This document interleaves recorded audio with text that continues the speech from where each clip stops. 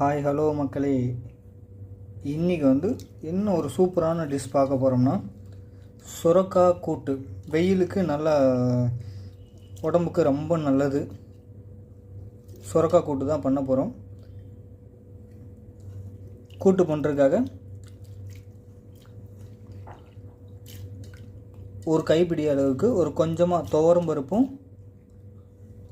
அதாவது ஒரு 150 கிராம் துவரம் பருப்பும், ஒரு 50 கிராம் கடலைப்பருப்பும் ரெண்டையும் சேர்த்து ஊற வச்சுருக்கேன்.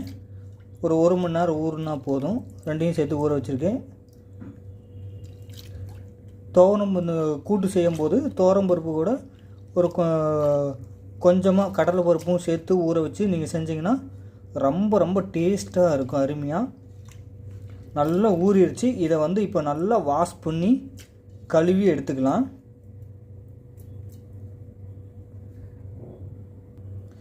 மக்களே பாருங்கள், நல்லா வாஷ் பண்ணி சுத்தமாக நல்லா கழுவி எடுத்தாச்சு.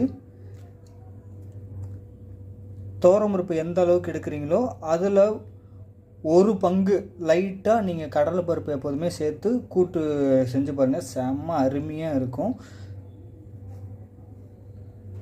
அதுக்கு முன்னாடி நம்ம சேனலை சப்ஸ்கிரைப் பண்ணாமல் பார்க்குற நம்ம நண்பர்கள் அப்படியே மறக்காமல் சப்ஸ்கிரைப் பண்ணி விட்ருங்க. வீடியோவுக்கு ஒரு தம்ஸ் அப் லைக்கை போட்டுவிட்டுருங்க மக்களே, எனக்கு ஒரு மோட்டிவாக இருக்கும். பாருங்கள், துவரம் பருப்பு வாஷ் பண்ணி எடுத்ததுக்கப்புறம் இது கூடவே பூண்டு பல் ஒரு 10 பல் பூண்டு சேர்த்துக்கலாம். சேர்த்துட்டு பச்சை மிளகா உங்களுக்கு காரத்துக்கு எவ்வளோ தேவையோ அந்த அளவுக்கு பச்சை மிளகா சேர்த்துக்குங்க.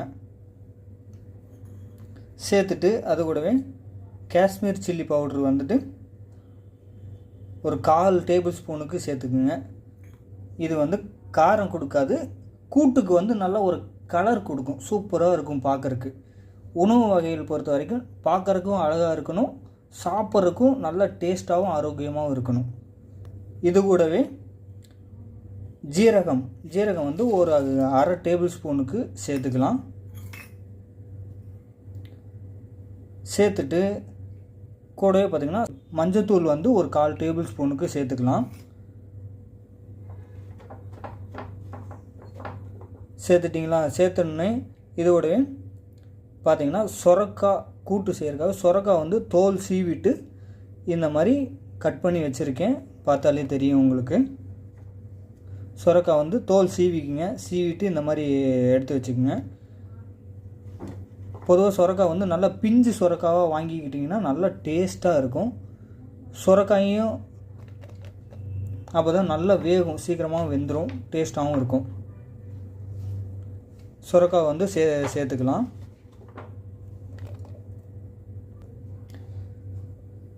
சுரக்காய் சேர்த்துட்டு அதை கூட ஒரு மீடியம் சைஸு வெங்காயம் கட் பண்ணி வச்சுருக்கேன். இந்த மாதிரி பார்த்தாலே உங்களுக்கு தெரியும். மீடியம் சைஸ் வெங்காயம், ஒரு வெங்காயம் சேர்த்துனா போதும், அதையும் சேர்த்துக்கலாம். சேர்த்துட்டு அதே அளவு தக்காளி, மீடியம் சைஸ் தக்காளி கட் பண்ணி இதே மாதிரி சேர்த்துக்குங்க. இதெல்லாம் சேர்த்ததுக்கப்புறம் கடைசியாக 1 டேபிள் ஸ்பூனுக்கு சால்ட்டு சேர்த்துக்கலாம். நம்ம வேக வச்சு கடைஞ்சதுக்கப்புறம் உப்பு பத்தலைன்னா கூட நம்ம சேர்த்துக்கலாம் மக்களே. இது எல்லாத்தையும் நம்ம வேக வைக்கிறதுக்காக ஒரு குக்கரில் தான் நம்ம செய்ய போகிறோம்.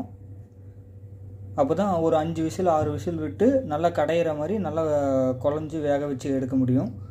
பாருங்கள், எல்லாம் குக்கரில் சேர்த்ததுக்கப்புறம் தேவையான அளவு தண்ணி சேர்த்துக்கலாம். சுரக்காயிலேருந்து தண்ணி கொஞ்சமாக வரும், அதனால் பருப்பு வேகிற அளவுக்கு மட்டும் நம்ம தண்ணி சேர்த்துனா போதும். பாருங்கள், எல்லாம் ரெடி ஆகிடுச்சு.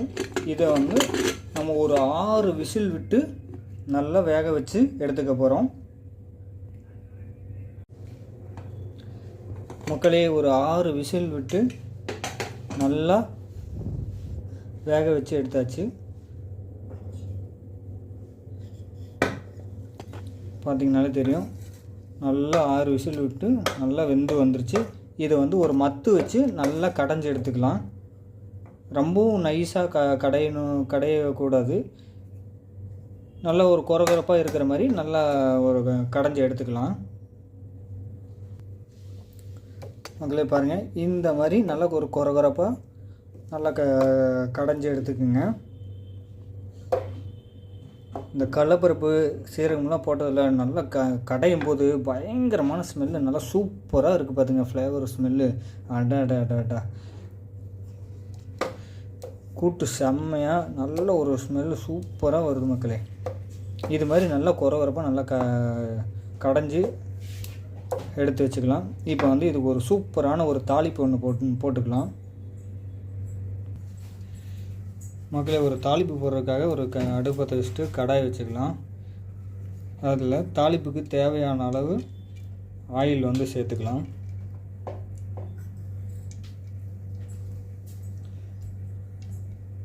ஆயில் சேர்த்துட்டு எண்ணெய் சூடாகிற வரைக்கும் பாருங்கள். இந்த டைமில் 1/2 டேபிள் ஸ்பூன் அளவுக்கு உளுந்து வந்து சேர்த்துக்கலாம். அது கூடவே ஜீரகம் ஒரு 1/2 டேபிள் ஸ்பூனுக்கு சேர்த்துக்கலாம். சேர்த்துட்டு கூடவே கடுகும் வந்து ஒரு 1/2 டேபிள் ஸ்பூனுக்கு சேர்த்துக்குங்க.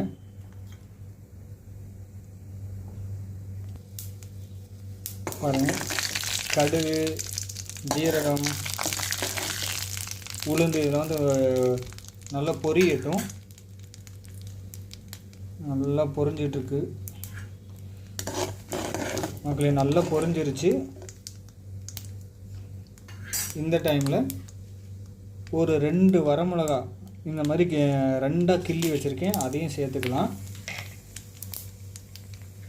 வரமிளகாயை சேர்த்த உடனே கூடவே கருவேப்பிலை ஒரு 2 கொத்து கருவேப்பிலை அதையும் சேர்த்துக்கலாம். சேர்த்துட்டு நல்லா அந்த ஒரு கிண்டி விடுவோம்.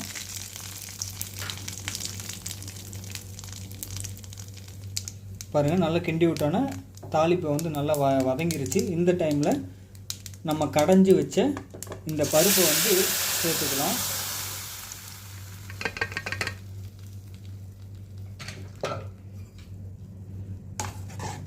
பருப்பை வந்து சேர்த்துட்டு அதை அப்படியே ஒரு அந்த தாளிப்பெல்லாம் நல்லா கலந்து வர மாதிரி நல்லா ஒரு கிண்டி விட்டுக்குங்க.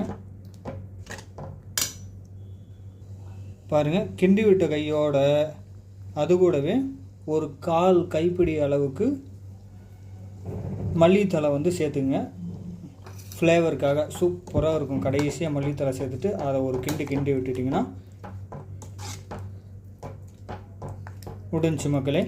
இந்த டைமில் கடைசியாக நீங்கள் உப்பு செக் பண்ணிக்கிங்க. உப்பு பத்தலைன்னா கடைசியில் இந்த டைமில் நீங்கள் உப்பு சேர்த்து கலந்து விட்டுங்க. எனக்கு வந்து கரெக்டாக பர்ஃபெக்டாக இருக்குது. நான் ஆரம்பத்துலேயே உப்பு வந்து கரெக்டான அளவு நான் சேர்த்துட்டேன். அவ்வளோதான் மக்களே, அடுப்பு வந்து ஆஃப் பண்ணிடலாம். இப்போ வந்து ஒரு சுவையான சொரக்காய் கூட்டு வந்து ரெடி. செம்ம சூப்பராக இருக்கும். இது மாதிரியே நீங்களும் சமைச்சு ஃபேமிலியோடு சாப்பிட்டு என்ஜாய் பண்ணுங்கள். துவரம்பருப்பு கூட கடலைப்பருப்பு இந்த மாதிரி கொஞ்சோண்டு சேர்த்து நீங்கள் கூட்டு எப்போதுமே செஞ்சு பாருங்கள். ரொம்ப அருமையாக இருக்கும். சூப்பரான ஒரு சொரக்காய் கூட்டு சுவையாக இருக்கும். சுவையான கூட்டு ரெடி மக்களே. சேனலை வந்து மறக்காமல் சப்ஸ்கிரைப் பண்ணி சப்போர்ட் பண்ணுங்கள். வீடியோவுக்கு ஒரு தம்ஸ் அப் லைக்கை போட்டுவிட்டு பண்ணியிருக்க மக்களே. நம்ம வேறு ஒரு வீடியோவில் நம்ம சந்திப்போம். தேங்க்யூ.